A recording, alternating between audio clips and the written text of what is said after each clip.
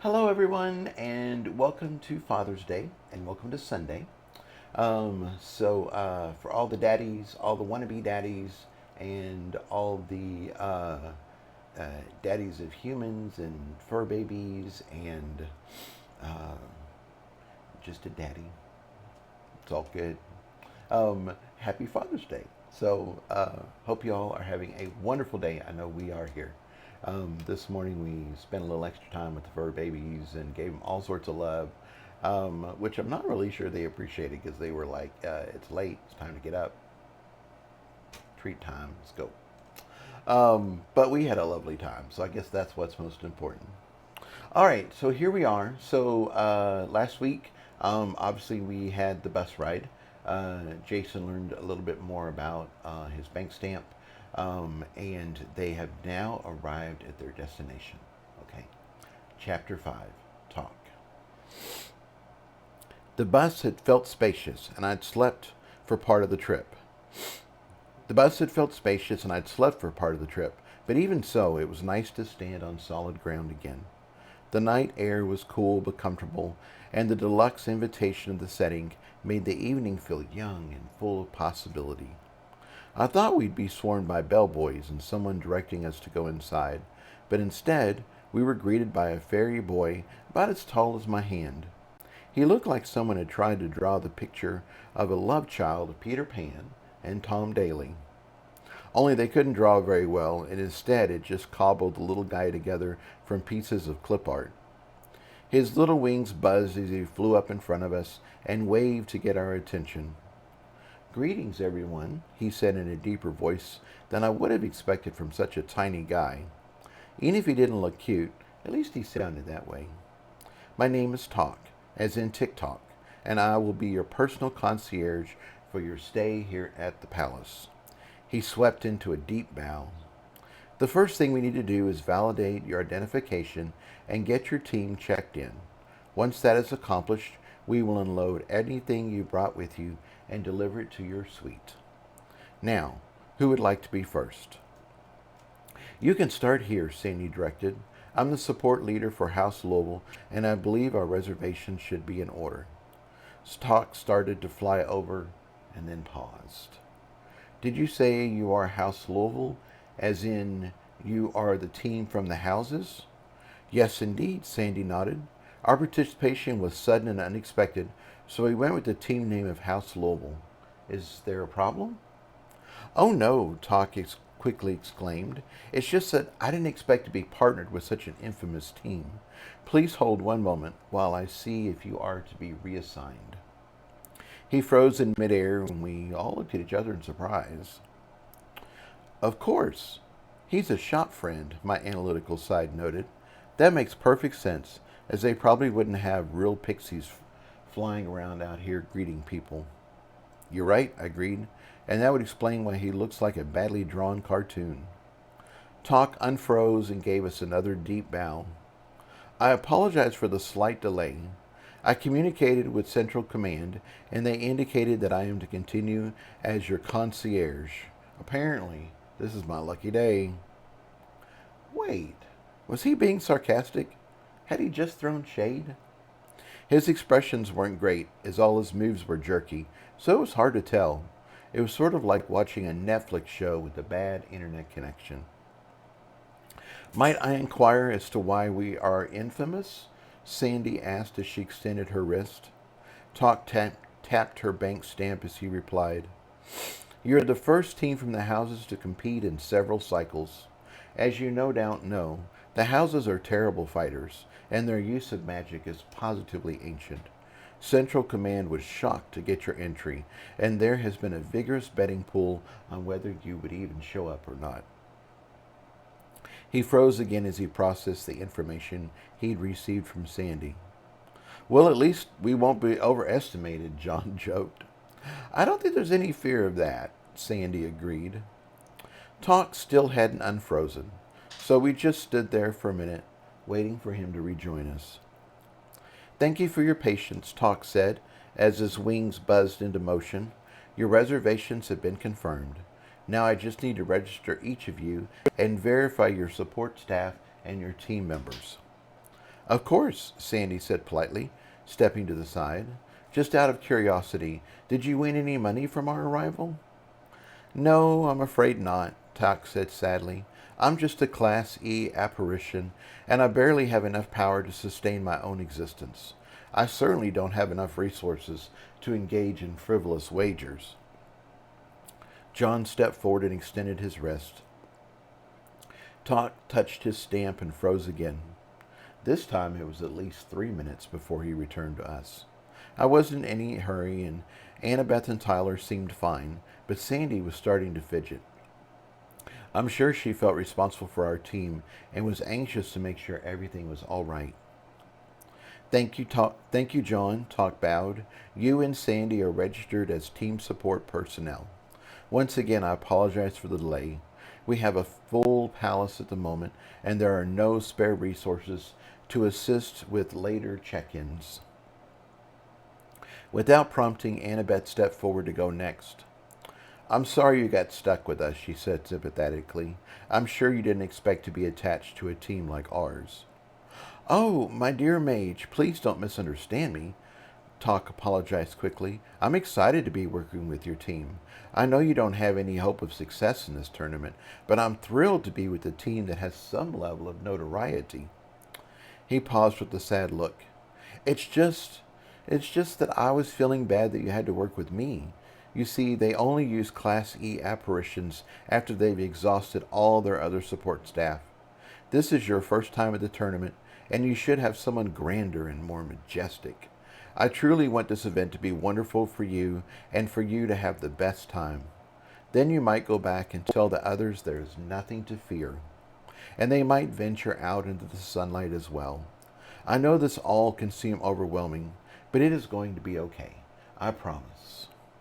He gave us a bright but lopsided smile. Anyway, I feel like an ambassador to an underserved portion of the supernatural community. I feel unprepared for such an honorable and yet delicate situation. I'm sure your customs are very different in your underground holes. I pre-request any forgiveness for any unwitting offense I may give. I assure you, my only hope is to serve you well. I'm sure you'll do just fine. Annabeth gave Tock her trademark happy smile. We couldn't ask for more helpful or more dashing fairies such as yourself. I'm sure we will all get along very well. Her pink magic swirled around him, and Tock seemed to relax a bit. Her magic settled on him and was quickly absorbed. You feel wonderful, he exclaimed, and fluttered over to land on her hand. Then he took a deep breath and gazed up at her with dreamy eyes. You smell like sunshine and honey. Then he gave a sigh of pure contentment. Annabeth, I think you have a new friend, Tyler noted. Well, good, Annabeth replied, and she hummed at the little fairy on her hand like she was humming to one of her charms for Etsy. He loved it and soaked up her pink sparkles like a sponge soaked up water. He even did a little happy dance before he remembered he was there for business and touched her new bank stamp. Once again he froze, but this time it was much shorter, about 30 seconds. I wasn't aware we lived in a hole in the ground, I remarked to Tyler. I wasn't aware of that either, he laughed. I'm beginning to think the rest of the supernatural world has a distorted idea of what living in a house is like. Yep, I replied. It seems like they think we're part groundhog and part ancient relic. Let's hope we really aren't as outdated as they seem to think. I'm sure you will do just fine. Tyler gave my hand a reassuring squeeze. I would have said more, except a huge bus pulled up next to us and started to unload. This wasn't a mini rental bus like ours. Heck no. This was a luxury Prevost, like the rock stars and the millionaires use when they travel. This wasn't a rental either, as it had one of those fancy custom paint jobs. The bus looked like it was wrapped in vines with purple leaves and purple flowers. They had the words Ivy League on the side, written in script font, and under that was the phrase, Path of the Flowering Vine. There must have been about 15 people on the bus, and it was easy to see they were all together as they all had on matching uniforms, black with purple accents. Their team name was on the front, and their last name was on the back, sort of like the sports jersey. It was easy to see who the actual tournament players were, as they had large yellow stars by their names. Unlike our arrival, they were immediately swarmed by bellboys and shop friends. Their luggage was unpacked and whisked away at top speed, while the shop friends greeted them with loud, boisterous voices. They must have been a special team because there was at least one friend for every two people, and these friends were all full-size people. They had tons of detail, and there wasn't any freezing or delays with them. "Thank you, Annabeth," Tock said happily. Then he froze for a moment. "I'm looking forward to working with—" He froze again. "You," he finished. He looked over and saw the bus that had arrived and all the activity happening right beside us. He didn't frown, but somehow he didn't look pleased. "I'm so sorry, but—" He froze again. "It looks like we will be further delayed. I will attempt to do my best, but Ivy League is a top team and seeing to their comfort is the highest priority. I won't have many resources coming my way until they are finished." He sounded frustrated and aggravated, and I could appreciate why. I'm sure it wasn't fun seeing the top-level shop friends flaunt their size and status. He was obviously trying to do a good job, but now he was just being embarrassed. "Why don't you see if you can provide a little bit of power to the fella? Why don't you see if you can provide a bit of power to the little fella?" my analytical side suggested. "Will that work?" I asked. "I think Tock is part of this establishment. If I start messing around with their shop friends, they might not be happy." "I think Tock and our team are very low down on their list of priorities," my analytical side replied. "If this central command cared about us in the slightest, they would have given Tock enough power to do his job. As it is, it may take a while to get through our check-in and orientation." "Plus," he growled, "all this stopping and starting is driving me crazy." "Okay," I mentally shrugged. "It's worth a shot. If it doesn't work, I'm sure it won't hurt anything." I tapped Annabeth on the shoulder and she stepped out of the way. I gave Tock my full attention, and that's when I noticed the poor guy seemed slightly transparent. That made him seem even more like a badly drawn cartoon. I knew a thing or two about cartoon characters, though, so when I reached out to connect with him, it felt familiar and easy. When I did, his basic form came into focus, and I could feel his magic as well as his connection to the palace. I could also feel another connection going deep underground. This connection was much more permanent and seemed to be a link to his home or wherever he came from. His little form barely had any magic in it, and his connection to the palace was only providing him with a trickle of power. No wonder he was stopping and starting all the time. He was like a cell phone with only 5% battery left. This was his version of extreme power-saving mode. "Oh, hello," he said, surprised, as he briefly came back to life. He looked at me and then Annabeth and then back to me again. I guess from his point of view, he'd been talking with Annabeth and then suddenly I'd appeared. He seemed like he was going to apologize, but instead froze again. This time I was touching him, and I could clearly see him run out of magic. Most of my creations are about 2 inches tall, so Tock, at about 6 inches high, should have had a lot more magic than one of them. Instead, he had less magic than one of my first edition miners. On top of that, the magic he had looked dirty. The colors were faded and mixed together in a messy gray sludge. The only fresh magic I could see was a little bit of pink magic he'd absorbed from Annabeth. No wonder he'd gone all moon-eyed for her. She was the bright light in his otherwise crappy power source. He was still frozen when I pushed some of my magic into his form. It wasn't as easy as filling up one of my creations, but they were my soul fragments, so of course they were going to be easier. My magic flowed into what looked to be his core and mixed with Annabeth's pink magic in the dirty sludge. I thought that his core was interesting, and my creations didn't have anything like that. They were more like a skin, and their entire interior could be filled up with magic. The closest thing I had to a core was my surfer dudes.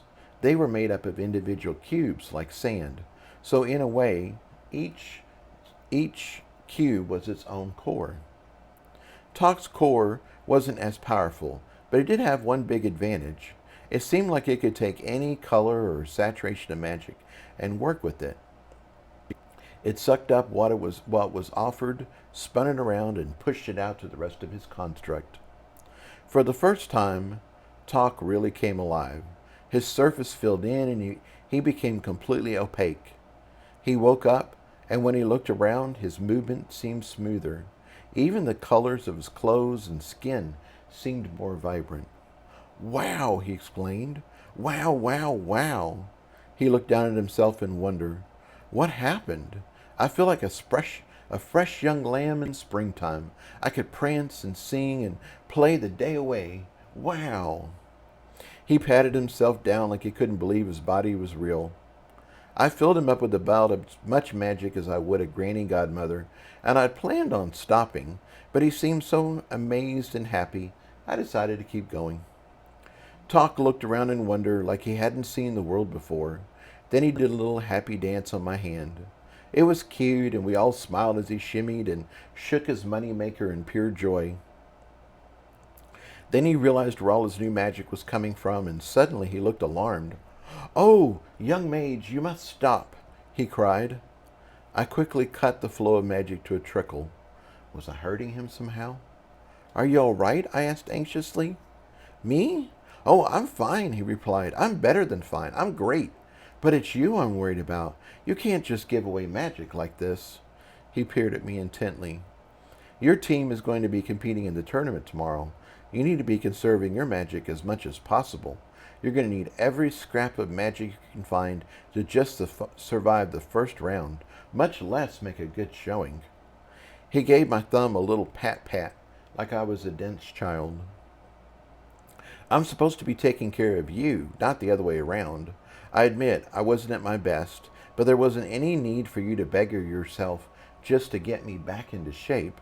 I always accept a tip, of course, for good service, but this is extreme."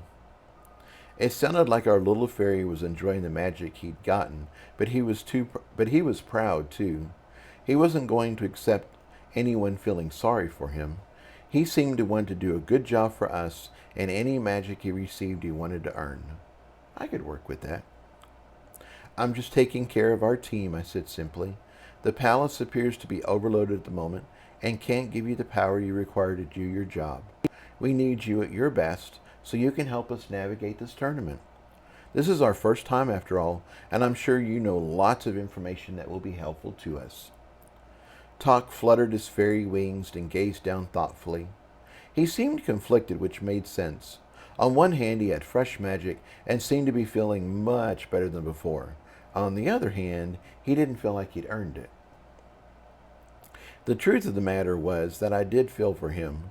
There was obviously no way he could grow in power from the meager amount of magic he was getting from the palace. If I had to guess, he was stuck at his level, and since he was only used for lower-end teams, there was probably no chance for him to provide enough service for him to get tipped to the next level.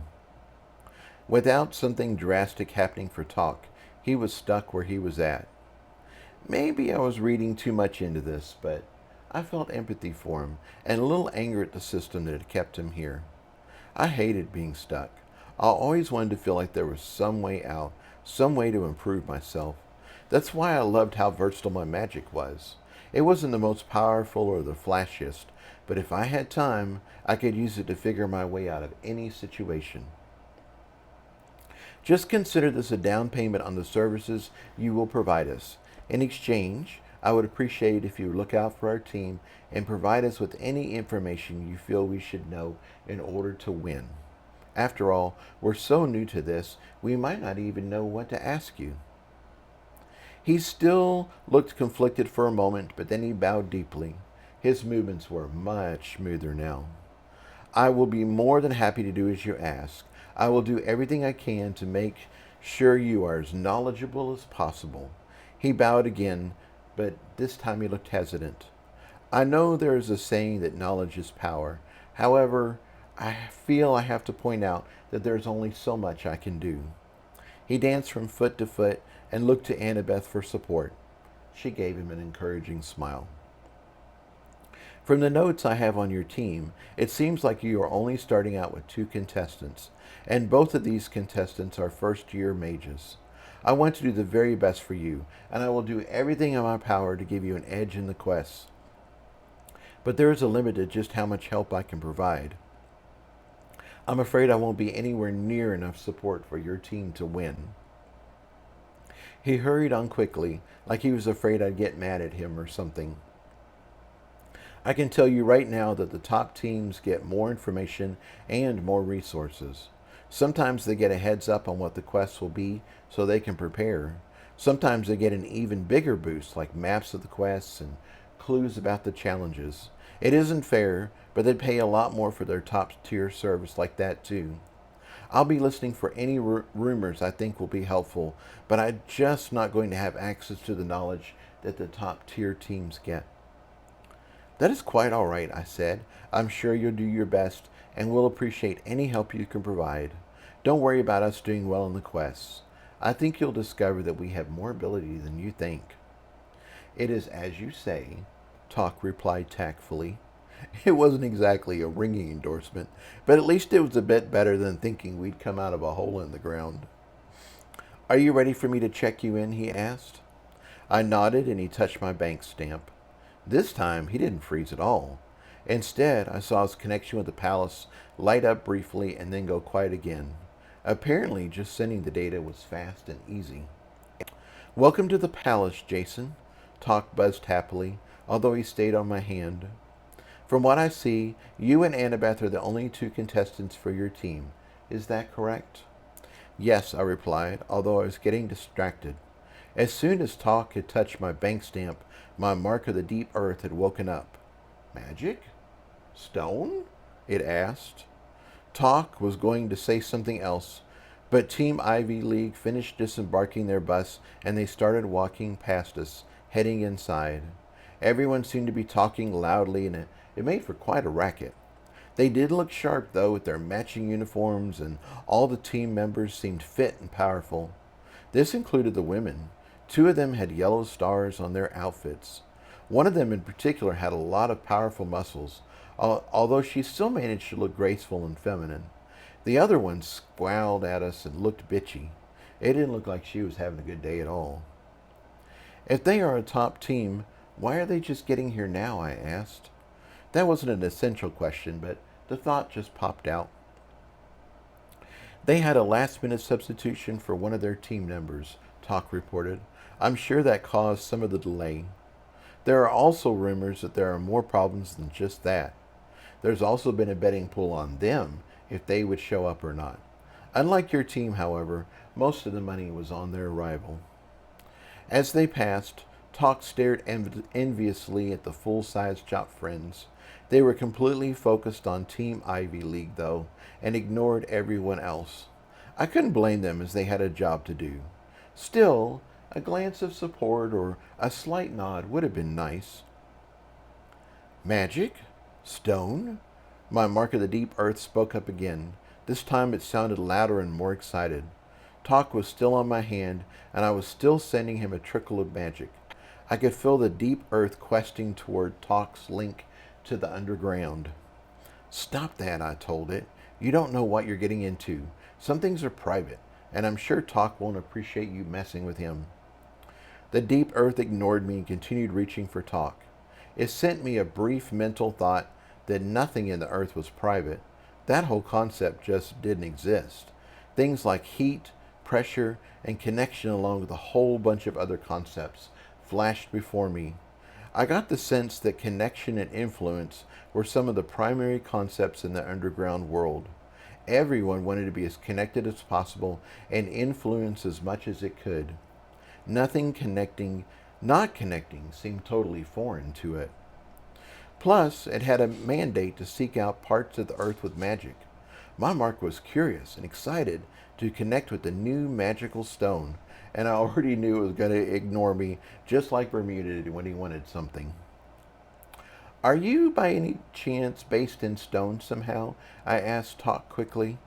Why, yes, Tock replied. I'm old school, as these new apparitions say. My origin crafter made me out of a pebble from a stream by his mill. I was originally a simple shop friend, and my job was to alert him when his customers arrived. He had a bad habit of getting caught up in his projects and ignoring the rest of the world. So you were like an old-fashioned doorbell, I asked? Then I wished I hadn't. That didn't sound very glamorous, and I didn't want to hurt Tock's feelings. That's exactly right, Tock replied. The comparison didn't seem to hurt his feelings at all. If anything, he sounded rather proud of how he'd started. The master originally installed a clapper, but he gradually started ignoring that too. He was going to install a bell, but they were expensive back then, and he wanted to try his hand at making a shop friend anyway. I was his first shop friend, and he often said I was his favorite. Magic! Stone! My Mark was excited. If I didn't move my hand and break the connection with Tock, then it was going to reach out and get all earthy, touchy-feely on him. I was all for touching, and Tyler could certainly attest to that, but I still wasn't sure if it was appropriate or not. Do you mind if my Mark of the Deep Earth connects with you? I asked as quickly as possible. I think it just wants to say hi. I don't know what that is, Tock said. However, you've been very generous with with my simple self. As long as I come to no harm, I am more than happy to greet whomever you wish. He started to bow, but the Mark of the Deep Earth had waited long enough, and it surged my magic across the small space between my hand and Tock's core. Tock snapped erect, and his eyes got really big. The deep earth didn't stop there. It surged down the thread of Tock's connection to the underground and pulled me with it. I got flashes of the space as we moved through it, and it seemed like the palace extended underground just as much as it rose up into the air. I had an impression of layers of parking and kitchens and warehouses. There were luxury suites, servant quarters, and very cramped, almost slave quarters. I got a flash of what could only be a luxury sex dungeon, as well as some sort of torture room. I zoomed into a space filled with runes and bundles of magic churning in the air. I only saw it for a moment, but it kind of reminded me of one of those high-end computer server rooms like you see in the movies. Next was a room with floor-to-ceiling displays containing crystals and precious gems. All of them had a small image of a person floating above them, so I guessed these were the high-end shop friends. From there, I saw a room with floor-to-ceiling shelves with regular-looking stones nicely labeled and laid out for viewing and access. At the back of the room, stuffed into a corner, were two cardboard boxes on the floor that had stones haphazardly thrown inside. The boxes looked old and rotten, and the sides had mostly fallen apart, allowing many of the stones to fall out. The deep earth followed the link to one of the stones on the floor, and I felt we had arrived. This smooth, flat stone was Tock's home, the source of his power. It wasn't that big, and a little smaller than my palm, and I could have fit it into my pocket. Actually, all the surrounding stones were about that size. Maybe that was the idea for apparitions like this. Maybe they were made with smaller stones so they were easier to carry around. I'd never seen anything like this before, and I wanted to ask Tock a bunch of questions, but the Mark of the Deep Earth pulled me inside. Just like when I connected with the rune stone back at Biddy's shop, Tock's stone woke up and came alive. Every bit of it tried to glow with power and welcome us inside. I felt feelings of happiness, connection, awe, and a bit of sadness. It was like Lady Gaga had showed up at a poor gay student's apartment and her presence was blowing his mind.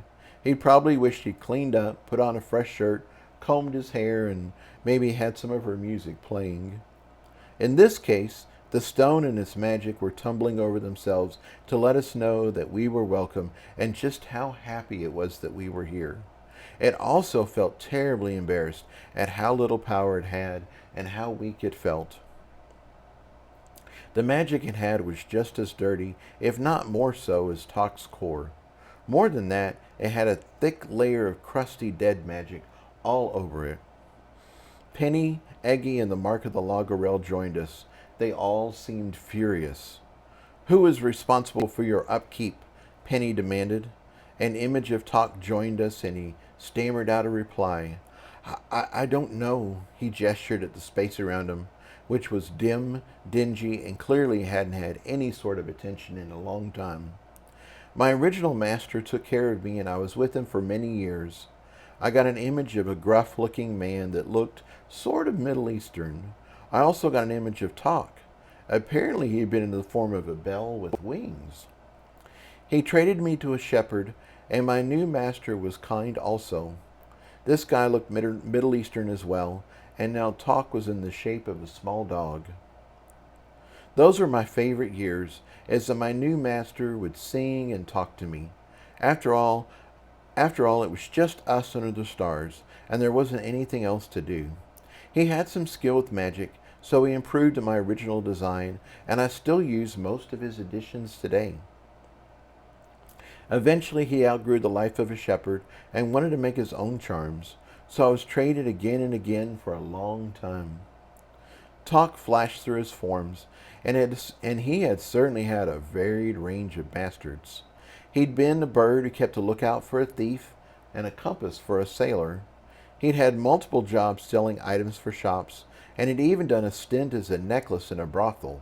It seemed like he was to sound the alarm and summon the madam if the client got rough and hit the girls too hard. It seemed like none of his new masters had really known how to care for him or had done anything to improve him other than to change his visible form. Finally, one of his masters had ended up here, where they had lost Tock to the palace in a game of chance. He'd been evaluated and ranked at Class E. This was only one level above the most basic charm. The craftsman examiner had quickly thrown together his current form, decided he would only be useful only as a backup concierge to the lowest level of guest, and tossed him into the box. That was the last time Tock had been physically touched by a human or interacted with a craftsman in any form. Left to his own devices, Tock had learned what he needed from the other low-class apparitions and had started serving guests whenever he could. He'd gotten good at his job, and had guests and occasionally thought to tip him a bit of magic, but apparently that wasn't such a common practice for shop friends. Plus, he only served low-level guests that didn't have much magic to spare anyway. When he'd been assigned to our team, he just figured we would be another in a long line of guests that used his services and moved on. I was a bit shocked that we'd seen so much of his personal history and heard his personal thoughts about us. But he was a piece of stone in the presence of the deep earth after all. When the images cleared, Tock was on his knees, face pressed to the floor, and arms extended in supplication. "I am unworthy," he cried, and there was grief and longing in his voice. "I am unworthy of your sight. I am unworthy of your touch. I am unworthy of your presence. Please have mercy on me." "You are unworthy," the Mark of the Deep Earth intoned, "but not through your own actions. You have been worthy before, and you will be worthy again. My source is just and compassionate. He feels the intentions of magic. He feels the intentions of the deep earth, and I will entreat with him on your behalf." Penny, Eggy, and both of the Marks turned to me, and I felt the weight of their regard.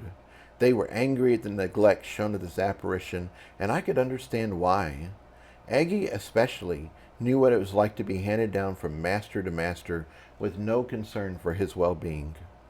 Tock was covered in a thick layer of magical grime, just like Eggy had been when we'd first met, and he was still in his sword form. I had busted up the grime then, and I could bust it up now. "Go to work, team," I commanded them. "Let's clean this place up."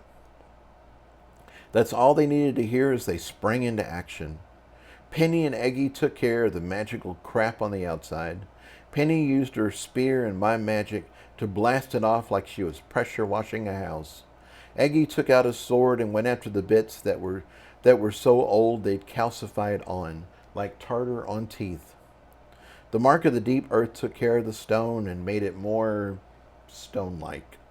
Honestly, I wasn't sure exactly what it did, but in the end it felt fresh and clean again. I took care of the magic. I turned on my charm and invited it to join me and become part of my colors. I wasn't ready to fully bond with another charm, and I could tell Tock wasn't anything like Penny or Eggy, so I didn't saturate it with my soul.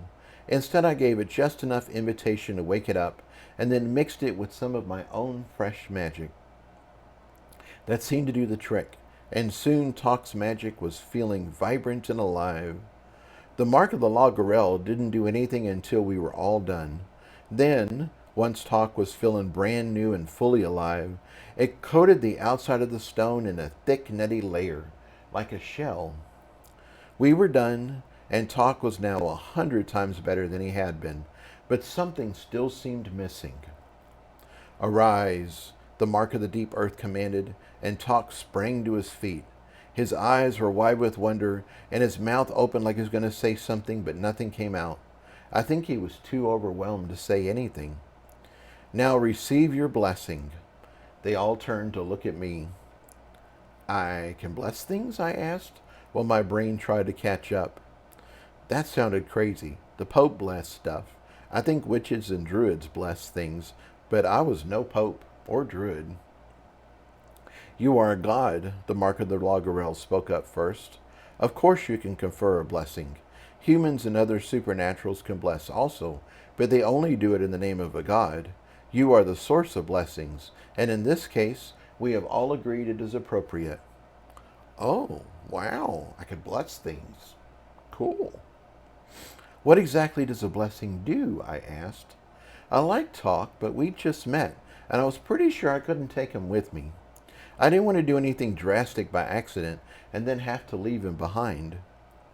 "A blessing is like a nudge," Eggy spoke up. "It whispers in the ear of power and bends the path of fate. I've seen blessings in action, and they are subtle in their execution. Think of them like making someone lucky in a particular way." I gave Eggy a nod because what he'd said was downright poetic, and it conveyed the idea of blessings very clearly. Now, what did I want for Tock? "I bless you, Tock, to continue to grow into your potential. May you grow in power and use that power well. May you grow in knowledge and also use that power well. May you serve beyond what you know you're capable of, and may you be rewarded and acknowledged for that service. Most of all, I bless you with happiness, joy, and fulfillment." I paused to see if I needed anything else, but that seemed to cover it. I wasn't sure how to end this little ceremony, but it felt like it needed something. Priests made the sign of the cross, but that was a totally different God, and I didn't want the big J mad at me. I needed something like that, though. Maybe I could wave my hand in the air or come up with some sort of gay hand sign. "Might I suggest a llama kiss?" my analytical side spoke up. "If you're blessing someone, you're saying they are special to you, and you only wish the best for them. You've been llama kissed a lot lately because of your god abilities, so it sort of all ties together." "That's an excellent idea," I said gratefully, and gave him a big wet llama greeting to get warmed up. "Ugh," he said as he wiped off his lips. "Maybe a little less wet on the smooches." I just winked at him and focused back on Tock again. I stepped forward, clasped both of his shoulders in my hands, and then kissed his left cheek and right cheek. Finally, I planted a warm smooch right on his blocky lips. I'd felt like the blessing had been mostly symbolic and a nice way to end this moment. So I was a bit surprised when I felt the blessing fall into place. It sort of snapped to him, like it was magnetic. I also felt a bit weaker. It wasn't a huge amount, but it was noticeable. It wasn't like I'd lost magic either. It was something else. "What happened?" I asked my analytical side. "I don't know," he replied as he looked around. "Physically, nothing has changed. Magically, you seem fine too. You're mostly full of power and your magical colors are normal. You aren't imagining things, though. Something happened. For now, though, you need to finish up here and get back to the group. I'm sure they're wondering what's going on, and Tyler still needs to get checked in. I nodded in agreement and looked around one more time. Tock was different, of course, as he'd just gotten a wash and a refill. My marks seemed the same, and so did all my charms. I was excited about having a new ability, but at the same time I needed to be careful how I used it. For a moment there, I thought maybe I could bless everything. I could have blessed shoes. I could have blessed shoes of comfort and speed. My pillows could be blessed for blissful sleep, and my sheets for manly loving. Actually, scratch the sheets. Tyler was blessing all on his own. He didn't need any help. I could also get sidetracked about all the things I could... Bleh. I almost got sidetracked thinking about all the things I would bless, but I stopped myself in time. I could fantasize about that later. For now, I needed to finish up here and get back. There was one thing that still bugged me, and I fixed it without really thinking about it. Tock's form was terrible. He was supposed to be a cute fairy boy, but instead he looked like a Coke can with legs. I get that he was more Pinocchio than real boy, but at least Pinocchio would look good. I'd gazed at guys since before puberty, so I knew what they should look like.